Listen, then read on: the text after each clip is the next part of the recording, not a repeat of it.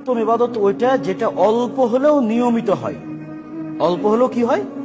নিয়মিত হয়। আল্লাহ কিন্তু পবিত্র কোরআনে কোথাও আমাদের কাছে বেশি ইবাদত চাইনি। আল্লাযীনা আমানু ওয়া আমিলুস সালিহাত, আল্লাযীনা আমানু ওয়া আমিলুস সালিহাত।